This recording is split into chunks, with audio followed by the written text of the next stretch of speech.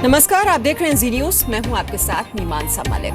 दिल्ली में फर्ज और ईमानदारी की खातिर जान गंवाने वाले एनडीएमसी के लीगल एडवाइजर एमएम खान का परिवार केजरीवाल सरकार के रुख से खफा है। एमएम खान की बेटी ने सीधे सीधे सीएम अरविंद केजरीवाल पर सवाल खड़े किए हैं। एमएम खान की बेटी ने पूछा है कि मामूली घटनाओं में पीड़ित का दर्द जानने के लिए उनके घर जाने वाले केजरीवाल अब तक उनके यहां पर आकर क्यों नहीं मिले। उनके परिवार का हाल आखिरकार उन्होंने क्यों जानने की कोशिश नहीं की। आपको बता दें, 16 मई को एनडीएमसी के लीगल एडवाइजर एमएम खान की हत्या कर दी गई थी और अब उनकी बेटी अरविंद केजरीवाल के रुख से काफी खफा है, नाराज है और उसने सवाल उठाए हैं कि जब अरविंद केजरीवाल मामूली सी घटनाओं में पीड़ित का दर्द जानने के लिए पहुंच जाते हैं तो आखिरकार इस घटना के बाद अरविंद केजरीवाल उनके घर पर उनका हालचाल जानने के लिए क्यों नहीं पहुंचे।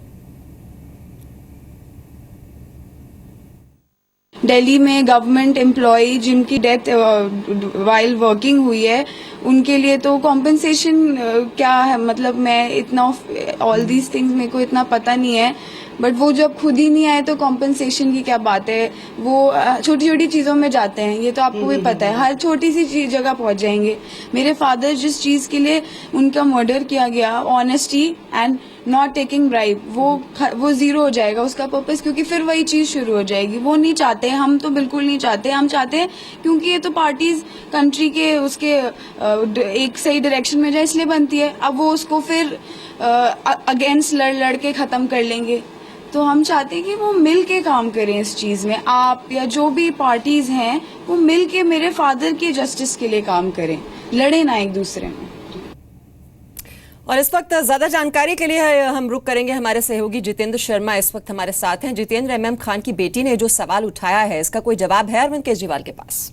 देखिए, बिल्कुल वाजिब सवाल इकरा खान ने उठाया है, क्योंकि ईमानदारी की वजह से एमएम खान की जान गई है। क्योंकि जब जो होटलियर थे रमेश कक्कड़, उन्होंने 3 करोड़ की रिश्वत ऑफर की थी जिसको ठुकरा दिया गया था और ठीक जिस दिन फैसला आना था उससे एक दिन पहले शार्प शूटर के जरिए उसकी हत्या करवा दी गई एमएम खान की।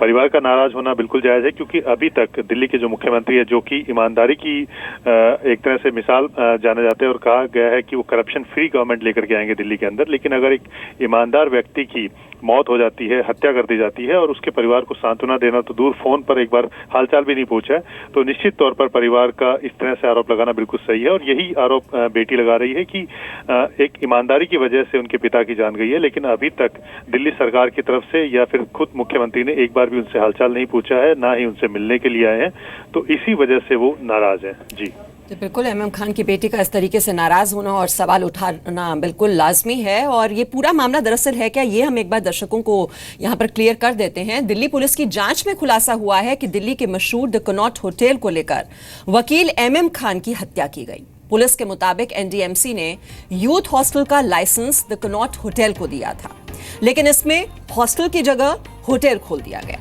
2003 में एनडीएमसी ने होटल पर पेनल्टी लगाई, लेकिन इसके मालिक ने पेनल्टी जमा नहीं की और ये जुर्माना बढ़कर 140 करोड़ तक जा पहुंचा। मामला हाईकोर्ट भी पहुंचा और एनडीएमसी को इस पूरे मामले को सुलझाने के लिए अदालत की ओर से 6 महीने दिए गए। एनडीएमसी की ओर से एमएम खान जांच कर रहे थे। एमएम खान की बेटी का कहना है कि होटल के मालिक रमेश कक्कड़ ने उनके पिता को 4 करोड़ की रिश्वत की पेशकश की थी, लेकिन उन्होंने मना कर दिया। 17 मई को इस मामले में फैसला आना था। अगर फैसला खिलाफ आता तो फिर या तो रमेश को होटल खाली करना पड़ता या फिर उसका बकाया चुकाना पड़ता, लेकिन फैसले से एक दिन पहले ही 16 मई को रमेश ने खान की हत्या करवा दी। और जितेंद्र शर्मा इस वक्त हमारे साथ हैं। जितेंद्र, पूरा मामला हम दर्शकों को बता ही चुके हैं, किस तरह से रिश्वत ऑफर की गई और एमएम खान ने ये रिश्वत लेने से मना कर दिया। तो ईमानदारी का अब क्या ये वो दिया जा रहा है इनाम की, जो उनके परिवार वाले हैं कम से कम आप उनके घर जाकर उनका हालचाल पूछ सकते हैं, कुछ कॉम्पनसेशन की बात कर सकते हैं, और जिसने ये धमकी दी और रिश्वत का ऑफर दिया, इस मामले की भी तो जांच पड़ताल होनी चाहिए आगे। बिल्कुल सही बात है मीमांसा, क्योंकि जिस तरह से एमएम खान की हत्या की गई है वो सीधे तौर पर ईमानदारी की सजा मिली है। क्योंकि जिस तरह से रिश्वत ऑफर की गई थी, 3 करोड़ रुपए कोई मामूली रकम नहीं है, लेकिन 150 करोड़ रुपए का ये मामला था जो पेनल्टी लगाई जानी थी, इसी को लेकर के काफी समय से कोशिश की जा रही थी। एमएम खान को एक तरह से दबाव भी बनाया जा रहा था, लेकिन वो उस दबाव के आगे झुके नहीं। जब लगा रमेश कक्कड़ को कि इस दबाव के आगे वो झुक नहीं रही है, रिश्वत भी ऑफर की गई और किसी तरीके से नहीं मान रहे हैं, तो ठीक एक दिन पहले उनकी हत्या कर दी गई है। और जो ईमानदारी का अपना डंका बजाते हैं, जो दिल्ली के मुख्यमंत्री हैं, जो हर छोटे मामलों के अंदर अपनी राजनीति करने के लिए लोगों घर चले जाते हैं या फिर उनको कंपनसेशन देते हैं, लेकिन यहाँ पर दिल्ली के अंदर जो दिल्ली सरकार के एम्प्लॉई हैं एमएम खान, और जो एक ईमानदारी की वजह से अपनी जान दी है जिन्होंने, उनके परिवार तक को अभी तक सांत्वना भरी कोई कॉल नहीं गई है, ना ही उनसे मिलने के लिए कोई सरकार की तरफ से कोई गया है, ना ही मुख्यमंत्री गया है।